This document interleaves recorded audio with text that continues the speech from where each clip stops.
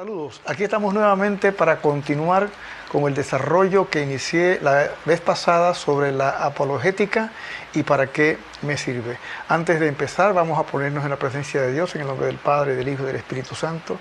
Amén. Dios te salve María, llena eres de gracia, el Señor es contigo. Bendita tú eres entre todas las mujeres y bendito es el fruto de tu vientre Jesús. Santa María, Madre de Dios, ruega por nosotros pecadores, ahora y en la hora de nuestra muerte. Amén. En el nombre del Padre, y del Hijo, y del Espíritu Santo. Amén. Habíamos estado conversando con ustedes sobre la apologética y su importancia.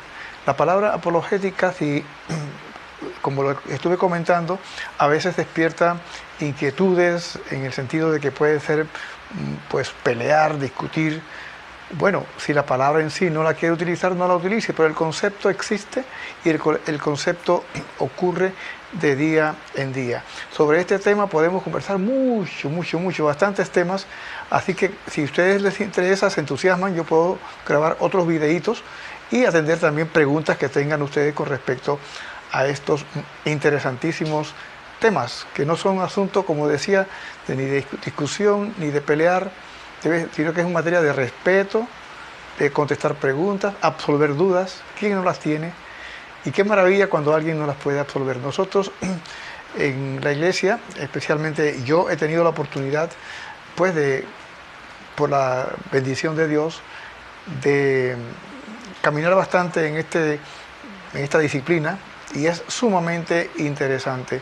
A lo largo de esta experiencia no he tenido mayores polémicas con casi nadie, no ha habido discusiones, no obstante que no me rehúso. Si alguien quiere conversar conmigo, que no piensa como piensa la iglesia o como pienso yo, que soy parte de la iglesia, pues yo no lo rehúyo. Sin embargo, no he tenido muchas ocasiones, ni se me han acercado personas para atacarme ni para violentarme. Quiero compartir, antes de comenzar en otro video con otros temas, quiero en esta ocasión compartirles unas experiencias de apologética de la vida real. Normalmente nos encontramos en la iglesia con hermanos católicos que nos dicen, pero ¿para qué estudiar todo esto si todas las religiones son buenas? En caso de que sea una religión cristiana no católica, allá también se usa la Biblia, por ejemplo. Allá también hablan de Jesús, allá también hablan de Dios. ¿Cuál es el sentido? Si todas buscan el bien. Esos argumentos los he escuchado dentro de la iglesia católica, hermanos de la iglesia católica. Ven ustedes que es importante entonces iniciar una conversación en este sentido. ¿Qué le contestamos? ¿Qué le decimos? Esa es, o diría yo, la primera cobertura o el primer ángulo de las experiencias que quiero compartir con ustedes. La segunda experiencia, y aquí voy a dar un poco más de detalles, no fue con hermanos de la Iglesia Católica. Voy a compartirles 4 experiencias. La primera experiencia ocurrió en un canal de televisión. Cuando terminamos un programa de televisión que teníamos, pues, la oportunidad de desarrollar en esa ocasión, se me acerca un camarógrafo y me dice, ¿en dónde en la Biblia está que los sacerdotes no se casen?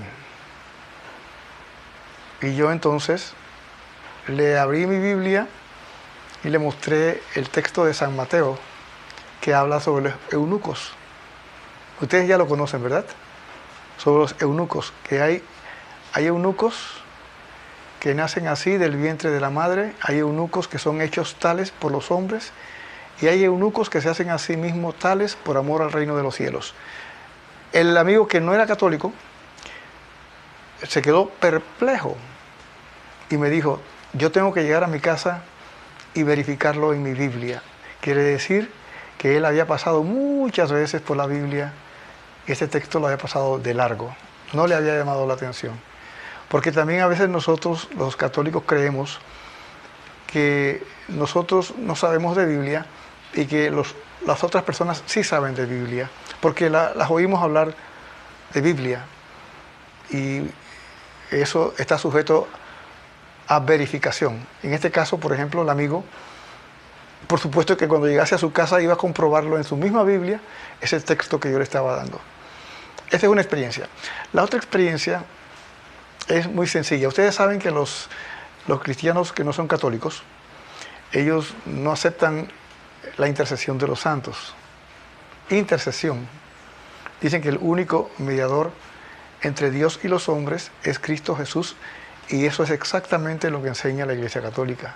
El único mediador entre Dios y los hombres es Cristo Jesús. Está en la primera carta a Timoteo, capítulo 2, versículo 5. Ahí está el texto ese. Y entonces estos amigos no creen en la intercesión de las... O sea, que no hay nadie que pueda interceder, dicen ellos. Y en una ocasión llegué a un lugar en donde había un joven muy atento, un señor no tan joven, muy cortés, y me dice: Luis, que Dios lo bendiga. Usted ve que él está intercediendo, ¿verdad? Cuando él dice que Dios lo bendiga, él está actuando como un intercesor, porque está diciéndole a Dios, por medio de él, que me bendiga. Esa es una acción de intercesión, pero ellos no creen en la intercesión. O sea que ahí está contradiciéndose, pero yo no le dije nada. Yo le dije, él me dice, voy a repetirles, que Dios lo bendiga, y era en público. Habían otras personas allí escuchando, y ustedes saben que si una persona a usted le dice Dios lo bendiga, normalmente no es un católico el que dice Dios lo bendiga. Normalmente son los cristianos no católicos los que dicen Dios lo bendiga. El católico saluda de otro modo. Últimamente oigo que dicen bendiciones, algo así. Pero que Dios lo bendiga típicamente, por lo tanto, si usted le contesta el que Dios lo bendiga, pareciera que usted ya está también en el camino de ellos, si los demás que lo escuchan lo interpretan de ese modo. Y si usted no le dice nada, entonces pareciera que no quiere la bendición de Dios. Es un callejón sin salida, ¿verdad? Pero en esa ocasión, pues sentí la inspiración, producto de que una vez un hermano me dio la chispa de eso, y me dice, Luis, que Dios lo bendiga. Y yo le dije, y la Santísima Virgen María también. Y él me dice, no, porque no hay un mediador más que Cristo Jesús. Y yo le dije, pero no se preocupe, yo no estoy pidiendo la bendición de la Virgen para usted, yo la estoy pidiendo para mí. O sea, que usted me está pidiendo que Dios me bendiga, y yo quiero también la bendición de la Virgen María. Yo me quedo con 2 bendiciones y usted quédese con una. La persona se echó a reír. No hubo pelea, ¿ven? Eso fue una inspiración. Yo no puedo decirle que eso fue una salida así de pronto. Y así cada vez que me decía Dios lo bendiga, yo le contestaba y la Virgen, la Santísima Virgen María, y guardaba silencio. Esa es otra anécdota que quería compartir con ustedes. La tercera anécdota ocurrió en un lugar público, en un taller de autos, en donde había un televisor colgado de la pared y estaban pasando noticias, y salió una noticia de un sacerdote. Ustedes pueden imaginarse qué tipo de noticias podía ser. Bien, salió, y una persona que estaba allí dice, yo no sé por qué los curas no se casan, si en ningún lugar de la Biblia dice que los curas no se casen, que sean célibes, en ningún lado. Yo, que normalmente evito en conversaciones de esta clase así en público, ya ahí sí me sentí movido a contestarle, y le dije, primera carta a los Corintios, capítulo 7. Por supuesto, el capítulo 7 es bastante amplio, y mi intención era que, bueno, si él va a la Biblia, que lo lea todo, el capítulo 7. Primera carta a los Corintios, capítulo 7. Y yo pensé que él va a sacarme una Biblia, lo va a leer, y se va a formar aquí la conversación, y quién sabe si discusión, no lo sé. Y entonces, para sorpresa mía, la persona se me queda mirando con asombro y me dice, ¿eso está allí? Digo, Así es, mi amigo, ahí está. Y se acabó la conversación. Y eso había sido también en público. Habían otras personas. Sin ánimo de más nada que, pues, tampoco podía quedarme ahí callado si tenía una información y habló con esa propiedad. Digo, bueno, vamos a lo que Dios decida. Y me llevé la sorpresa. Yo pensé que iba a sacar su Biblia, no sacó ninguna Biblia y quedó sorprendido de que eso estuviera allí. Primera carta a los Corintios, capítulo 7, por si ustedes quieren leerla. Y la última experiencia que quiero compartir con usted fue una vez que nos visitó un amigo de los Testigos de Jehová, que tocó mi puerta y me preguntó, como yo lo conocía, pues le di un poquito de diálogo y me dice, quiero conversar con usted sobre el amor de Dios con la Biblia, le traigo un mensaje de la Biblia. Digo, pero ¿con cuál Biblia? Dice, no, si usted quiere con la suya, si son iguales. Digo, pero ¿cómo así que son iguales? Sí, lo mismo que dice la suya, dice la mía. Digo, bueno, vamos a ver. Usted puede buscarme el Evangelio de San Juan, capítulo 1, versículo 1. ¿Me lo puede leer en su Biblia? Déjeme buscar la mía, la busqué, aquí está. Lo leyó. En el principio era el verbo y el verbo era Dios. El verbo estaba con Dios y el verbo era un Dios. Porque los testigos de Jehová no creen en la divinidad de Cristo.